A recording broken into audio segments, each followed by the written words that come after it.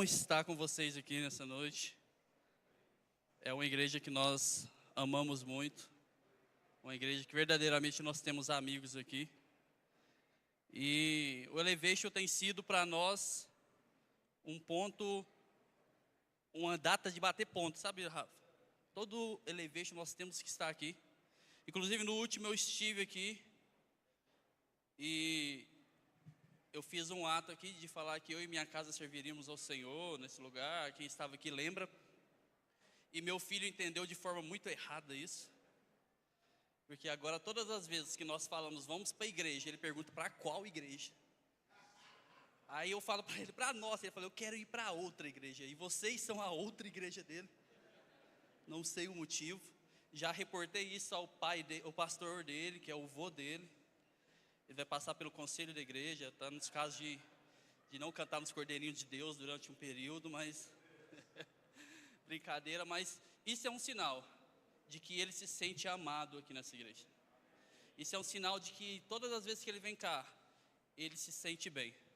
E esse dia ele estava falando comigo e ele lembra que a Thalita um dia deu uns lápis para ele desenhar aqui um dia. E então é um lugar que ele se sente amado.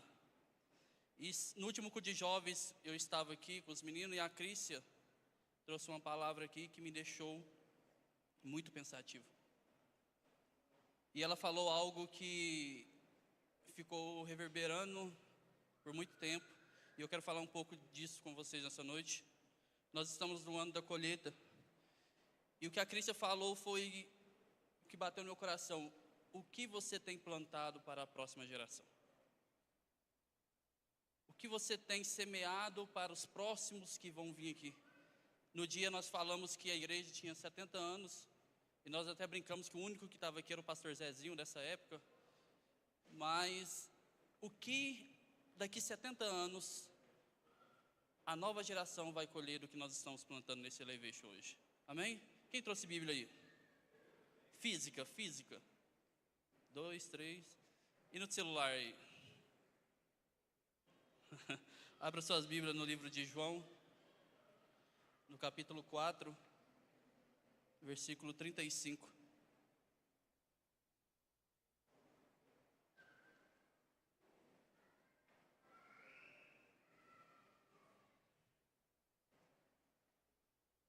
Amém?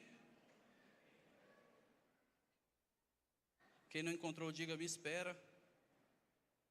Amém. A palavra do Senhor fala assim, vocês não dizem que daqui a 4 meses haverá uma colheita? E eu lhe digo, abra os olhos e veja os campos, eles estão maduros para a colheita. Aquele que colhe já recebeu o seu salário e colhe o fruto para a vida eterna, de forma que alegram junto os que semeiam e o que colhe. Assim é verdade o ditado, uns semeiam e outros colhem. Eu enviei para colher o que vocês não trabalharam. Outros fizeram o trabalho árduo e vocês vieram usufruir do trabalho dele. Amém? Há uns tempos atrás, meu pai comprou uma chácara, um lugar onde nós estávamos cansados de trabalhar aqui. Nós resolvemos trabalhar lá, porque só capinamos, só cuidamos, não sei o motivo dessa situação. E um dia, na última vez que nós fomos lá, meu pai tinha preparado umas mandiocas, ou macaxeira, aipim, né? Aipim, não tinha que se chamar.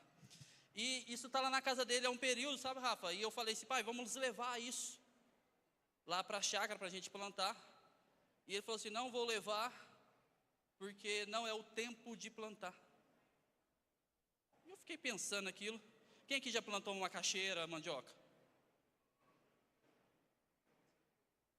Interessante, se eu pergunto há 10 anos, metade da igreja levantava a mão. Umas 2 senhoras iam falar, eu plantei hoje. Mas 2 pessoas plantaram macaxeira aqui, mandioca. Eu nunca plantei, sabe? Vocês conseguem ver daqui? Deixa eu ficar daqui. Mas eu acho que eu vi no YouTube, é muito fácil plantar mandioca. Aqui está a chácara lá que a gente faz. Estou com a enxada. Cavei o buraco, amém? O buraco tá bom? Tá raso? Peguei a mandioca. Eu acho que planta é o Pus a mandioca dentro do buraco, fui com o pé mesmo e joguei terra. Qual que é o segredo disso? O vídeo no YouTube tinha 30 segundos, Rafa. Cava o buraco, joga, tampa. E eu perguntei, vamos plantar? Ele falou, não é o tempo de plantar. E esse é um dos primeiros princípios que eu quero falar nessa noite com você. Existe uma estação certa para se plantar. E sabe o que ia acontecer? Se ele não fala nada comigo, nós iríamos levar aquela mandioca lá, eu ia ver no YouTube como que planta, ia plantar, ia arrasar, ia lá, depois de alguns meses ia cultivar mais um pouco, jogar uma aguinha, nem sei se mandioca joga água, mas jogaria água naquela mandioca, e ela começaria a crescer, nasceria uma árvore de mandioca naquele lugar, e eu ia ficar ansioso com aquela mandioca, aquela macaxeira, que acho mais fácil falar, e passados tempos, ia chegar a hora da colheita, eu ia lá todo feliz, ia arrancar aquela árvore, só que não ia ter mandioca, porque não era o tempo de plantar, e por muito tempo eu ia estar ali ansioso para colher aquela mandioca, aquela macaxeira, ia passar o tempo e eu ia me frustrar, porque eu cuidei de algo que não era a estação correta de plantar. Então existem momentos certos em que nós vamos plantar, existem momentos certos em que nós vamos adquirir o conhecimento para saber que é o momento de se mover, é o momento de agir, é o momento de sair de onde nós estamos. Vira a pessoa do seu lado e fala assim, ó, o céu é reativo. Uma geração passiva não realiza milagres. O céu, ele é reativo. Se você faz parte de uma geração que está esperando o amanhã, que está esperando o próximo dia, é uma geração que não vai realizar milagres. Nós vivemos um tempo em que nós queremos no outro dia fazer as coisas. Amanhã eu faço. Depois do outro dia eu faço. Mas o céu, ele é reativo com as coisas que nós ordenamos, que nós iremos fazer. E sabe, o único princípio que os céus reagem é o princípio da voz da sua semeadura. É o único princípio que os céus se movem, é o princípio da semeadura. O futuro só respeita as vozes da sua semente. O futuro não respeita as vozes da sua vontade, eu quero. O futuro não respeita as boas intenções. A minha mãe falava que o mundo está cheio de pessoas com boas intenções. O mundo não respeita isso. Eu tenho vontade de ir. Eu tinha vontade de estar no Elevation na sexta-feira, mas acho que eu vou no sábado. Eu tinha vontade de estar no sábado, mas acho que eu vou no domingo. Acho que o bispo Paulo vai pregar no domingo, é ele? Não é o Paulo, então vocês vão ter que vir outro dia. Paulo está na reserva esse fim de semana. Eu queria que fosse o Rafa que estivesse pregando aqui, então eu não vou. Mas no seu quarto você tem pedido a Deus que realize milagres, mas você não se move. Você não planta, você não espera a estação correta para se mover. E você quer receber algo do Senhor. A única voz que o Espírito Santo de Deus ouve é a voz da sua semeadura. Em Gálatas 6 fala assim, aquilo que o homem semeia certamente colherá. Há uma semana atrás, eu e minha esposa tomamos algumas decisões em conversas, que há muito tempo nós conversamos sobre algo que nós falamos, vai dar certo. Eu acho que vai ser bênção isso. Vamos fazer? Vamos. Passa-se um mês. Que negócio, acho que vai dar certo. Vamos fazer? Vamos. Se passa mais outro mês. E semana passada nós conversamos sobre isso e tomamos as decisões. Não importa o que aconteça, nós vamos fazer aquilo que nós temos como promessa sobre as nossas vidas. E nós decidimos semana passada fazer algo que pode ser que dê certo, pode ser que não dê certo. Mas sabe, se eu te contar um negócio? Eu não estou nem importando se vai dar certo, eu estou importando que eu estou me movendo para algo que Deus prometeu. Vai dar certo ou não? Eu não estou nem importando com isso. Eu estou importando que eu estou me movendo. Eu não estou parado. Eu não estou agindo de forma de deixar para amanhã. Eu estou fazendo com que a promessa do Senhor se haja e eu vá ao encontro da promessa do Senhor. Quem que tem promessa do Senhor? Quem que está se movendo para a promessa do Senhor? É um amém mais fraquinho, eu acho. Provérbios 11, 25 fala assim, ó, na parte B: que o generoso prospera e aquele que dá alívio aos outros, alívio receberá. Eu quero profetizar algo na sua vida nessa noite. Se você semeia alívio, você vai colher alívio. Se você semeia generosidade, você colherá prosperidade. Se você semeia fé, você vai colher milagres. Mas se você não semeia nada, a sua colheita não vai ser de nada. Não vai ser nada. Nós vivemos um tempo em que nós queremos tudo, mas não fazemos nada. Nós esperamos as estações chegar. Ainda não é estação, e a próxima estação se torna um problema e vai virando outro problema. E se você esperar o momento certo de realizar as promessas do Senhor na sua vida, você vai ficar esperando. A Bíblia fala que nós devemos nos mover para que as promessas do Senhor se cumpram sobre as nossas vidas. Se você dá um passo, o céu se move. Se você faz um clamor, o céu responde. A Bíblia diz: clama a mim e responder-te-ei, anunciar-te-ei coisas grandes e insondáveis que não sabes. O céu é reativo. Você está entendendo o tamanho que é esse versículo bíblico que fala assim, ó: clama a mim e eu responder-te-ei, e eu anunciar-te-ei coisas grandes que você não imagina. Mas, pastor Zezinho, sabe o que é interessante? Que o versículo começa com clame a mim. O versículo começa com peça. O versículo começa com haja. O versículo fala com se mova. Faça algo, que a partir disso eu moverei os céus ao seu favor. Tudo debaixo dos céus é uma semente. Tudo o que nós fazemos é uma semente. Estar aqui nessa noite é uma semente que você tem plantado.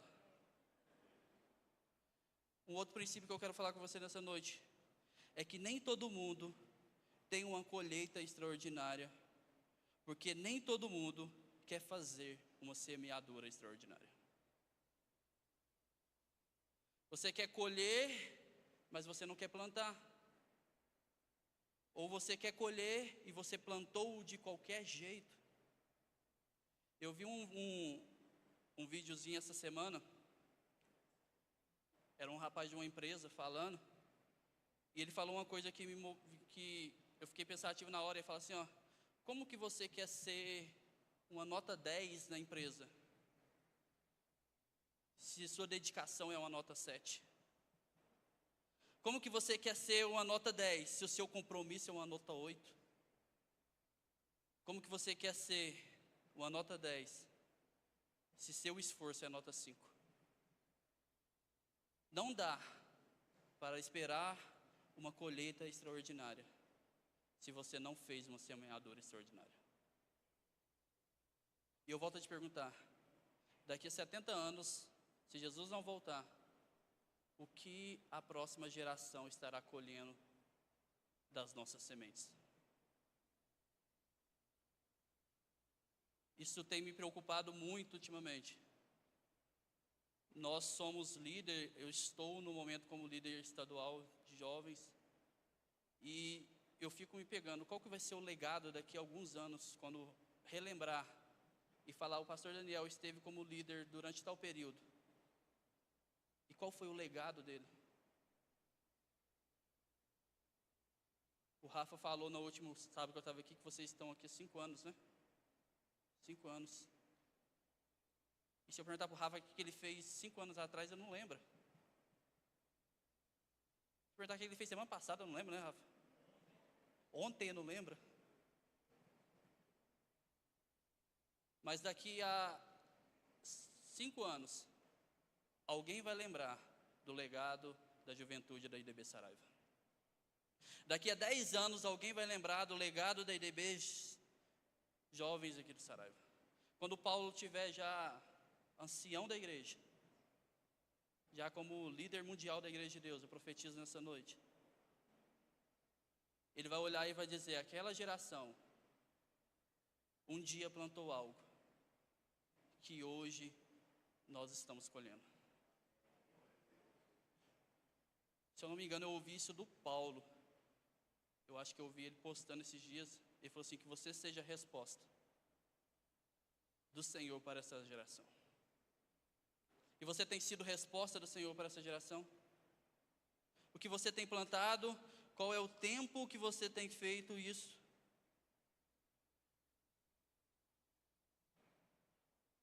Qual que é o momento em que nós estamos? Nós precisamos identificar qual é a estação para que nós possamos viver o extraordinário de Deus. Um outro princípio que eu quero compartilhar com você nessa noite, que toda semente, esse que já foi, toda semente fora do comum gera uma colheita fora do comum. Abraão orou por muito tempo por um filho. Quem que conhece a história? Assim que ele teve aquele filho, passou-se um tempo, o que Deus pediu para ele? Que matasse o filho. Um filho que ele tanto pediu, um filho que ele tanto clamou, um filho que ele tanto solicitou. E ele foi solicitado para Abraão. E Abraão, no momento, em obediência a Deus, ele planta um filho, mas ele colhe uma geração. Naquele momento em que ele aceita doar o seu filho, a palavra do Senhor fala que de geração após geração estarão debaixo das suas promessas. Que hora?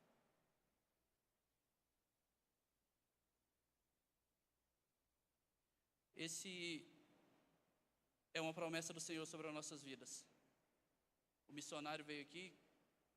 Qual é o seu nome? Tiago. O missionário Tiago veio aqui. Eu achei interessante que todo testemunho que começa falando que eu doei, a resposta é: eu recebi. Eu doei para pagar minhas contas e Deus pagou minhas contas. Interessante que ele falou assim: eu doei e não estava esperando de volta. E é importante que nós plantarmos para uma geração que muitas das vezes nós não estaremos aqui para ver elas colher. Eu vou ser bem rápido nessa noite. O Rafa falou que eu tenho liberdade para ir até meia-noite. O terceiro princípio, esse aqui, eu quero que você preste bem atenção. O terceiro princípio fala que você vai viver da força da sua semente. Para muitos aqui hoje isso é encorajador. Fala: minha semente está forte, minha semente está produzindo, eu estou plantando bem, eu estou regando bem, eu vou colher bem. Mas para outros, essa frase é um motivo de pensar: o que eu estou plantando, será que eu vou viver da força da minha semente? O que eu estou plantando é suficiente para me mover? O que eu estou plantando é suficiente para que eu possa viver um legado de Deus? O que eu estou plantando é suficiente para que um dia eles possam dizer que verdadeiramente eu vivi da força da minha semente, que aquilo que eu plantei prosperou e virou uma nova estação, uma nova colheita? Você, nessa noite, se você está vivendo pela força da sua semente e você se sentiu corajoso, continue, que esse é o caminho. Nós precisamos encorajar para que nós possamos viver. Mas se você nessa noite, no momento em que se falou que você está vivendo essa semente, você parou para pensar: será o que eu estou fazendo é suficiente? Você nessa noite tem a chance de começar uma colheita nova, um plantio novo, com uma semente mais forte, uma semente preparada, uma semente em que foi tratada por várias estações para que possa prosperar sobre a sua vida. Debaixo do céu, tudo é uma semente. Você está aqui hoje é uma semente. Você ensinar o seu filho o caminho que deve andar é uma semente. E sabe qual que é a colheita de você ensinar o teu filho a andar no caminho? É que um dia eles colherão, eles virão para a igreja e não se desviarão do caminho do Senhor. Então todas as vezes que eu falo para o meu filho, igual eu brinquei antes, vamos para a igreja, eu fico feliz, porque ele fala que quer ir para lá ou para cá. Ele nunca fala: eu quero ficar em casa. Ele podia falar: não quero. Ontem eu chamei ele para ir para a escola de manhã, não quis. Ele falou, fui ontem. Eu falei, tem que ir hoje. Ele falou, mas hoje é sexta. Eu falei, tem que ir de novo. Mas todas as vezes que nós falamos que nós vamos para a igreja, ele escolhe 2 igrejas para ir. Porque um dia nós plantamos na vida dele que ele vai poder escolher entre ser um missionário, entre ser um pastor, entre ser um cantor, entre ser um levita. Ele tem a escolha de ser algo na casa do Senhor. Nós ensinamos ele que ele um dia pode ser doutor, pode ser médico, pode ser advogado, pode ser o que ele quiser. Mas é importante que ele seja algo na igreja. E muitas das vezes nós queremos que nossos filhos se tornem algo na igreja. Mas no primeiro momento de empecilho nós deixamos ele ficar em casa. Eu vi não sei se foi o Bruno Tomás, que ele falou assim, você quer que seu filho seja um levita da casa do Senhor. Mas quantas vezes que você já pôs ele numa aula de música? Você quer que ele toque na igreja, mas quantas vezes você pôs ele para uma aula? Então você quer que ele faça, mas você não está preparando ele para uma colheita. Abra sua Bíblia no livro de Malaquias 3:10, por favor.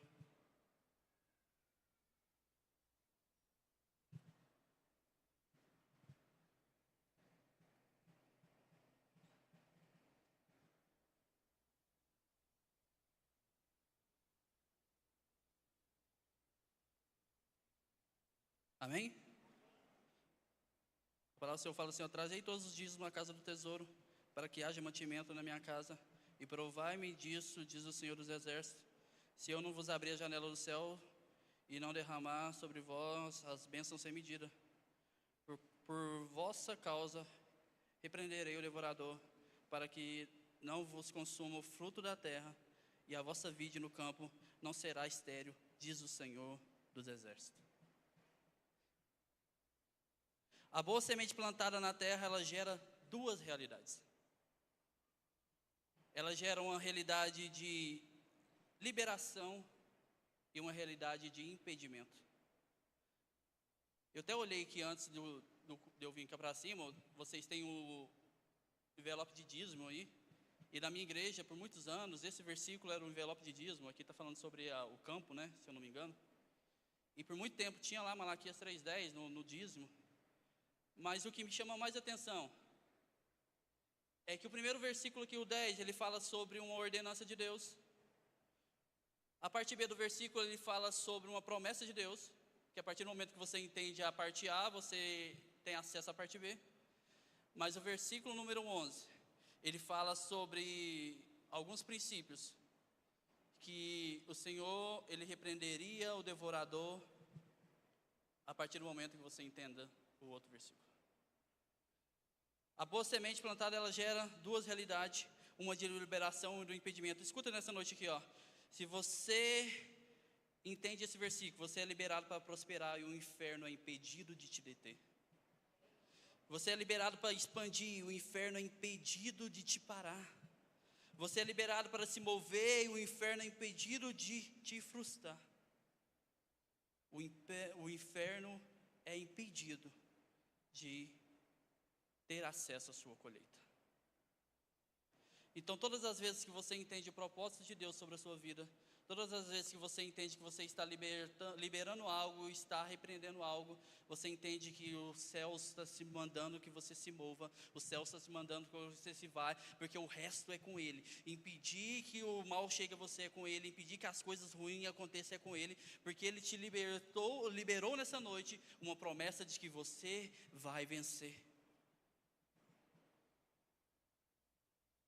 Sementes plantadas, além de bênçãos, elas geram proteção. O último princípio que eu quero falar com você nessa noite, que foi o princípio que a Cris me deixou pensando por muito tempo, que é que nem toda semente florescerá no nosso tempo. Quem aqui sabe o nome do menino dos 5 pães e 2 peixinhos? 5 pães e 2 peixinhos é o nome dele, bispo? Quem aqui sabe o nome dele? O nome da mãe dele? de onde ele veio, como ele chegou lá. Interessante que o livro de João, no capítulo 6, fala assim, ó: e aqui está um menino com 5 pães de ceva e 2 peixinhos. Mas o que é isso para esse tanto de gente? Então, um menino que não tem nome, a Bíblia não fala o nome dele. No primeiro momento ele ainda é desacreditado, fala, ó, tem um menino aqui, tem um qualquer aqui, que tem 5 pães e 2 peixinhos, e o que é isso perto dessa multidão? E nós vemos que a partir daquilo, Deus realiza um grande milagre. E nessa noite eu tenho uma palavra para te dizer.